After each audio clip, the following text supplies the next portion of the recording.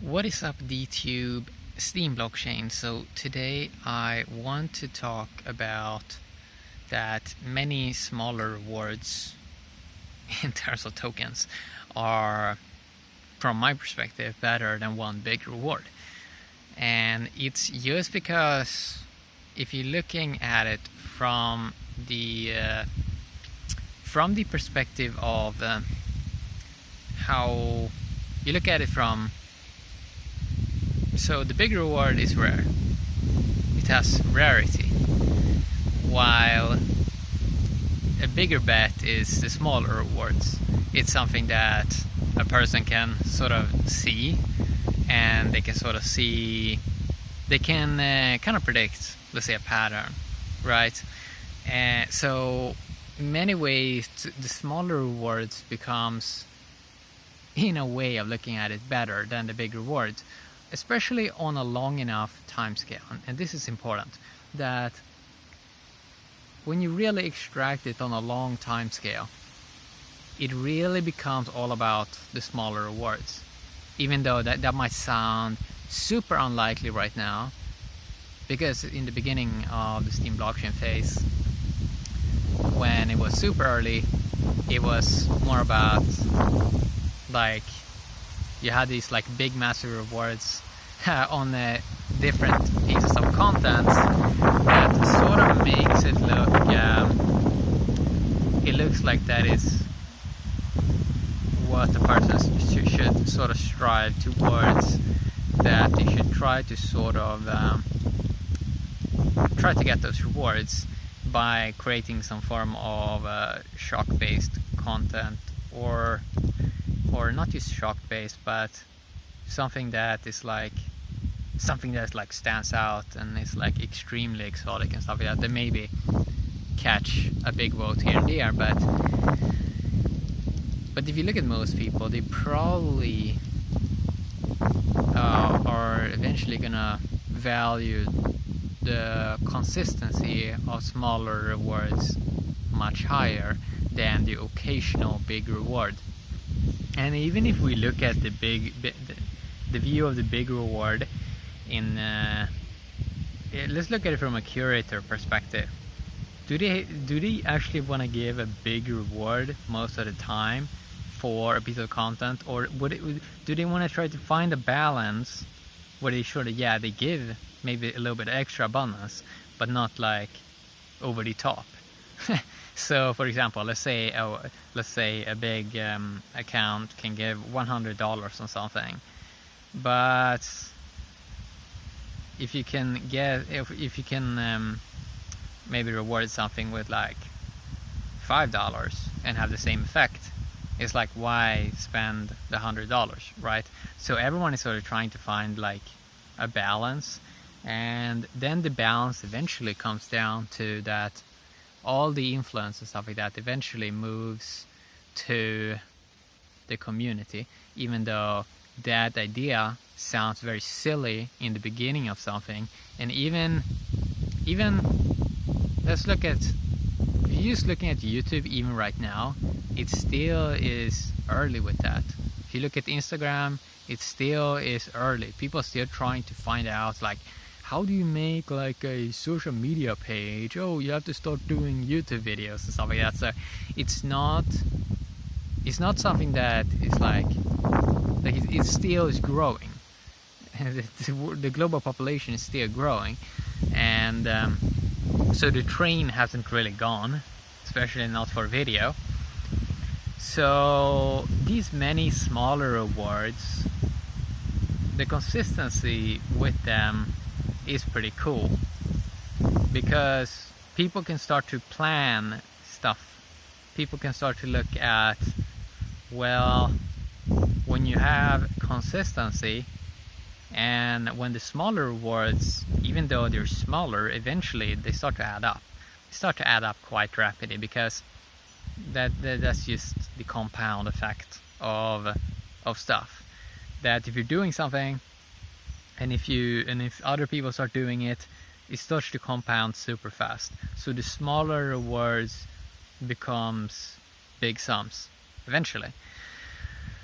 So these smaller rewards creates, it's as, let's say someone,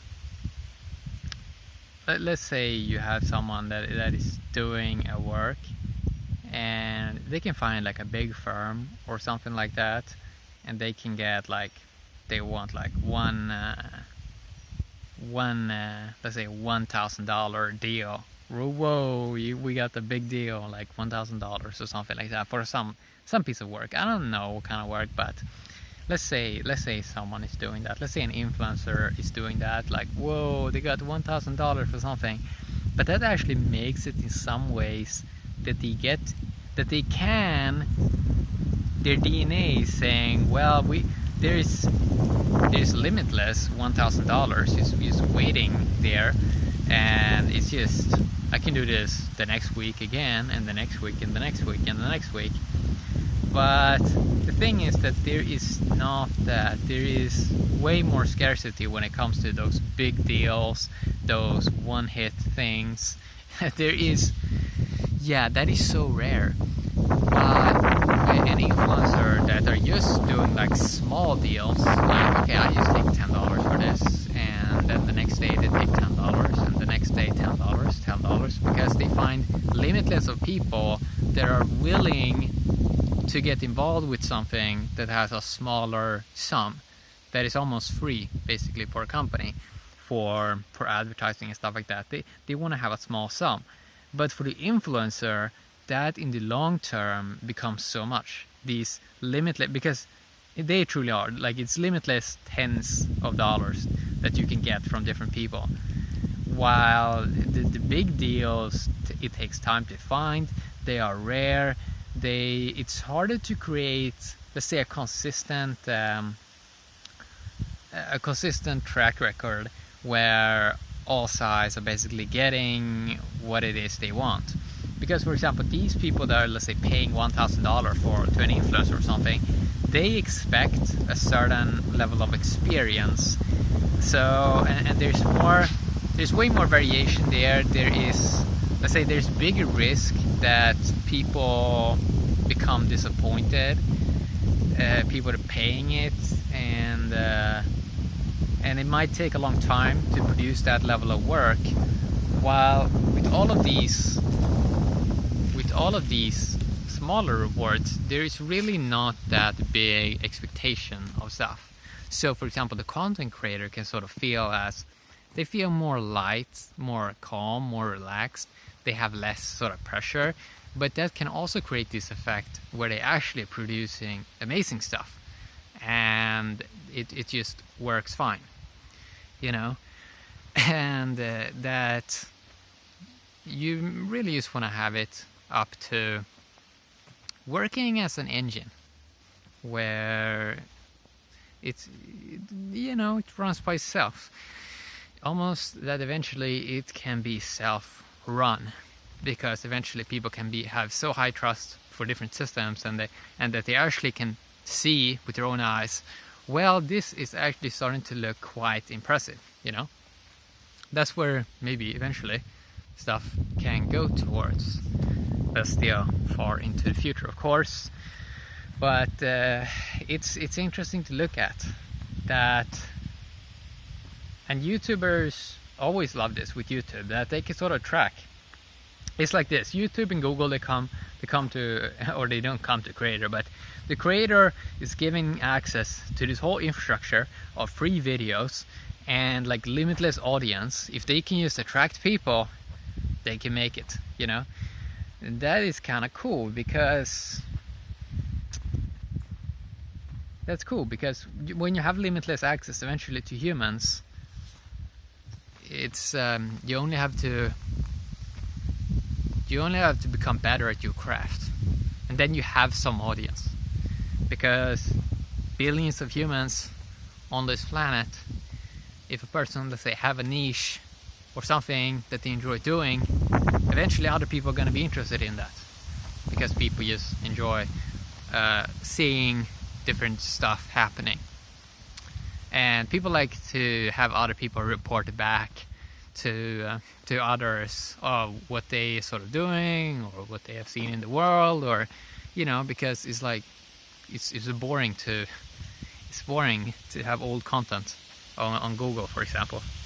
If you search on Google and you find some search results, whatever it is, it would be better if it was fresh, if it was updated, if it maybe was backed by a person or whatever. Maybe I'm wrong in that, but that's what I wanted to talk a little bit about today. That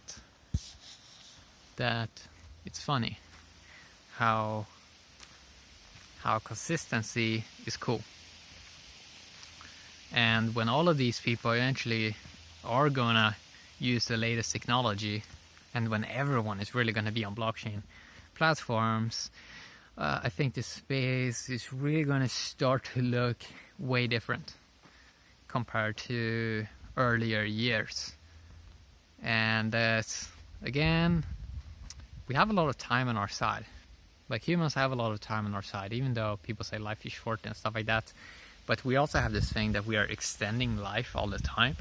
So you can even see, in terms of content, now they started to do this trend of like, there's a lot of 60 or 70 years old.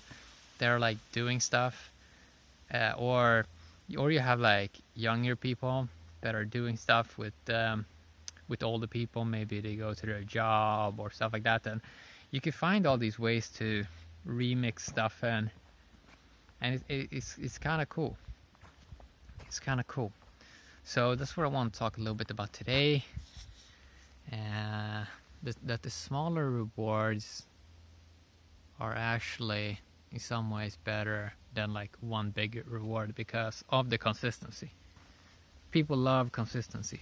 People love machines that are just working. For example, the way a lot of machines are working today, from what I've heard, is, or I don't have a car, but how the engine sort of works there is like with explosions, and it has a lot of these explosions in the engine, and that is like how the thing works. But I heard that you basically can build implosion engines. I heard. And that would only take 10% of the energy from the current cars that are taking 10x more energy, just because the way they are doing this thing with energy is it goes out, like it has explosions, and that's how the car runs, but it burns so much excess energy. And I think that's kind of interesting. Okay, so implosion basically means it explodes like inward, or I'm not sure if you call it the explosion inward, but it goes inward, the energy. And that made me think a little bit about, well, this is probably, we're gonna design systems, they're basically gonna be like the same, probably, with crypto and blockchain, where they go, like the energy basically goes inward, and how you basically remove all the, we think we need to use a ton of energy to do a lot of things. Well, isn't the goal to try to make it as cheap and affordable as possible, and just focus on creating more access and a more better experience, and always try to keep push the prices down on everything, and try to find eventually the best systems possible. And humans probably will be surprised how much you can change, especially with how currently we have it. So we think that we need massive, we sort of think that in linear terms that we sort of need to do the exact same thing as YouTube is doing, but I think these new reward systems are so exponentially good that it's gonna play out in different ways, and it's gonna be fun to see. Yeah, that's what I want to talk a little bit about today. Have a great day, DTube and Steam blockchain. Bye bye.